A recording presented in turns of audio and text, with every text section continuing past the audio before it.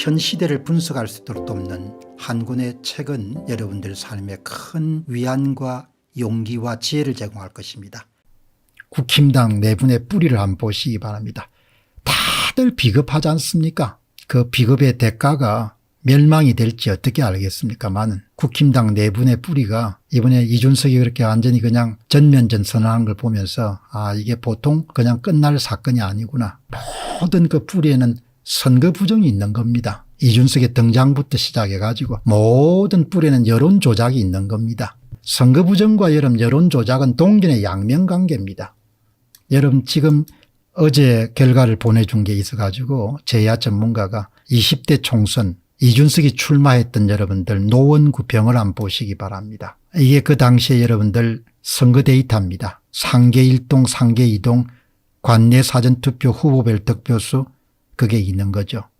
이거를 제야 전문가가 의심스러워 가지고 분석을 시작했습니다. 이 소위 숫자 사이에 선거 데이터에 어떤 규칙이 있나.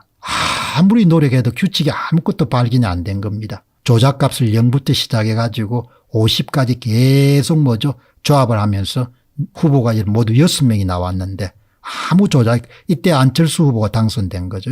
어떤 이 조작값도 찾아낼 수가 없었던 겁니다. 그래서 그 결과를 보면은 2016년에 20대 총선 서울 노원구 병에는 이렇게 표 이동이 전혀 관찰 안 됩니다. 그래서 0% 0, 0, 0, 0, 0이죠. 그러니까 이 20대 총선의 새누리당의 이준석이가 사전투표에 받았던 득표율이 28%인데 조작이 없었으니까 예상 득표수도 28% 똑같죠. 그다음에 국민의당의 안철수 후보가 예상 득표수가 사전투표율에서 55% 선관위 발표된 자료가 나왔는데 예상 사전투표 득표수도 55%입니다. 똑같은 거죠. 그래서 컴퓨터로 계산을 해보니까 당시에 여당이었던 새누리당이 조작을 했냐 계산을 해봤단 말입니다. 그러니까 나머지 5명 후보, B 후보, C 후보, D 후보, E 후보의 조작값이 다 오차 범위 내입니다. 그 두 개를 합쳐보니까 0.6% 정도 나왔지만 거의 제가 볼 때는 조작이 없었다고 볼 수 있는 거죠.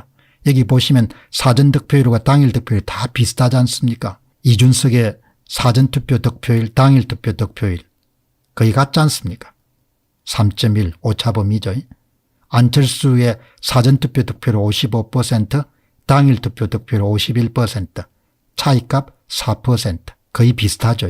그런데 2020년 21대 총선에 이준석 출마를 했던 노원구 병을 보시기 바랍니다. 그래프가 이렇게 나온 거 아닙니까? 관내 사전투표 득표율 빼기 당일투표 득표율 차이값이 더불어민주당은 7개 동 모두에서 10에서 14% 나오는 거죠. 이런 수치는 나올 수가 없죠. 관내 사전투표를 조작하지 않으면. 미래통합당의 이준석 후보는 마이너스 9% 마이너스 13% 나오자. 이런 수치는 나올 수가 없지 않습니까? 관내 사전투표 득표수를 빼앗지 않고서는 쉽게 이야기하게 되면 이준석과 정의당 후보의 표를 빼앗아 가지고 더불어민주당 김성한 후보와 함께 넘겨줬기 때문에 이런 그래프가 나오는 겁니다. 그러니까 그냥 중앙선거관리위원회가 발표한 선거 데이터 이것만으로도 사전투표에 문제가 있었구나 이렇게 의심할 수 있는 겁니다. 이걸 통계적 변칙이라고 하지 않습니까? 외부 개입 없이는 일어날 수 없는 현상. 그런데 여러분들이 이 어떤 일이 발생했습니까? 7월 28일 날 천대엽과 조재현이 4.15 총선 인천 연서울 판결문에서 전국적으로 특정 정당의 후보자에 대한 사전투표 득표율이 당일투표 득표에 비하여 높거나 낮은 현상이 나타날 수 있고 거짓말이죠. 그것이 이례적이거나 비정상에 볼 수 없고 거짓말이죠. 이 사건 선거에 실시된 재보궐선거, 대통령 선거, 지방선거에 동일하게 관찰된 현상이다. 거짓말이죠. 다 조작을 했으니까 동일하게 보이는 거죠. 선거 데이터에 문제가 있는 것은 그들이 인정을 안 한 겁니다. 다음에 조재현과 천대엽은 이 건에 대해서 아마 책임을 져야 될 그런 시간이 저는 오기를 바랍니다. 그래서 제야 전문가가 이런 선거 데이터를 분석해 봤습니다. 선거 데이터를 분석해 보니까 2020년 4.15 총선입니다. 선거 데이터가 아주 정확한 규칙성이 발견된 겁니다. 조작값 30%를 옮긴 겁니다. 4명의 후보한테서 이준석이 표를 30% 빼앗은 겁니다. 이준석이 받았던 사전투표 득표수에서 30%. 정의당 후보에게는 30%, 조작값이 30%에 적용된 겁니다. 그리고 각 동별로 여러분들 표를 훔쳐가지고 반올림해가 처리해가지고 맨 마지막에 몇 표가 나왔습니까? 이렇게 이런 표를 만들어낸 겁니다. 여러분 그러니까 이 보시기 바랍니다. 이걸 보시게 되면은 왼쪽이 2020년이고 오른쪽이 2016년입니다. 왼쪽이 21대 총선이고 오른쪽이 20대 총선입니다. 21대 총선 자료를 분석해 보니까 정확하게 뭐죠? 예, 30%를 빼앗은 그런 규칙성이 발견된 겁니다. 선거 데이터에. 2016년 20대 총선에서는 아무런 여러분들 그야말로 자연수로서 아무런 뭐죠? 조작 흔적이 없었던 겁니다. 이렇게 찾아낸 겁니다. 그러니까 이 결과를 보시게 되면 이렇게 나오는 겁니다. 더불어민주당의 김승환 후보가 미래통합당의 이준석이 받았던 사전투표 득표수에서 30%, 정의당의 이남수 후보가 받았던 사전투표 득표에서 30%를 그냥 꿀거덕 먹어버린 겁니다. 그 표수가 4,971표입니다. 4,971표를 빼앗고 4,971표를 더해줬으니까 총 이동한 표수는 4,971표의 2배가 되겠죠. 그래서 여러분 2020년 결과가 딱 이렇게 나오는 겁니다. 10.99%를 빼앗고 10.99%를 더해줬습니다. 합치게 되면 22%를 조작을 한 겁니다. 사전투표 참가자 수의 22%가 표가 이동한 겁니다. 이렇게 계산이 나오잖아요. 그래서 여러분 이걸 비교해 보시게 되면 2022년 때는 표가 22% 이동한 것이 발각됐고 2016년에는 표가 이동한 것이 거의 없다는 겁니다. 이렇게 결과가 뚜렷하게 차이가 나오지 않습니까? 이 거대한 거짓말에 다들 침묵하고 그것을 뭐 그냥 얼굴을 다 돌렸으니까 지금 저렇게 당하고 있는 겁니다. 그러니까 이준석이가 거짓말을 하더라도 이제 뭐 어떻게 해볼 도리가 없는 겁니다. 윤석열 대통령이 이 새끼 저 새끼 글쎄요 나는 동갑내기니까 아무리 생각해도 공식적인 장소에서 다른 사람들한테 아무리 화가 난다고 해서 이준석이한테 이 새끼 저 새끼 할 그런 사람으로는 보이지 않거든요. 그러나 뭐 그 말을 하고 나면 그게 또 사실인 것처럼 돌아다닌 겁니다.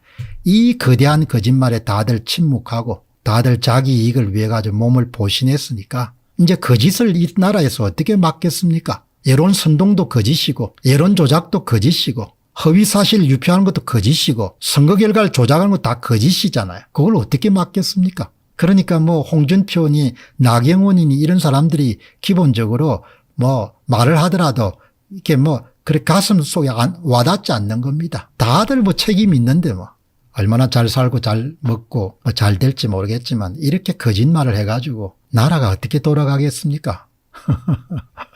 참 힘들 때가 있죠.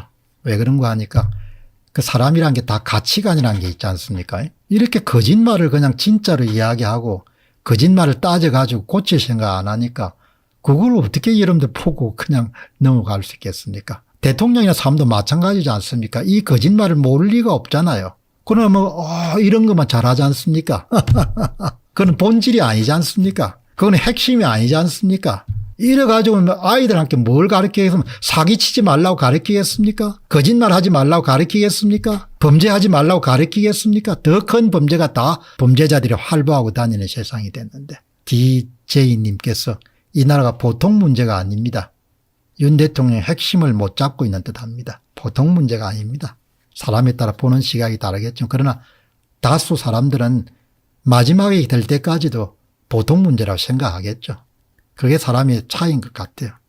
그러니까 뭐 이준석이가 그냥 거짓말을 막 하고 막 그냥 뭐 얼굴에 철판을 깔고 하더라도 가끔 생각해 보면 뭐 저거보다 더한 것도 다 침묵하고 그냥 다 그냥 덮는데 뭐 이준석이 좀 저렇게 한 데가 옳은 일은 아니지만 어떻게 하겠냐 그런 생각이 드는 겁니다. 물질적으로는 굉장히 융성한 나라가 됐는지 모르겠지만 정신적으로는 거의 맛이 가버린 것 같아요. 정신이 가고 나면 다음에는 당연히 물질이 뒤를 따르죠. 정신이 살아야 물질도 살고 정신이 죽으면 그 다음에 물질이 죽는 겁니다. 전혀 관련이 없다고 생각하는 사람들도 있겠지만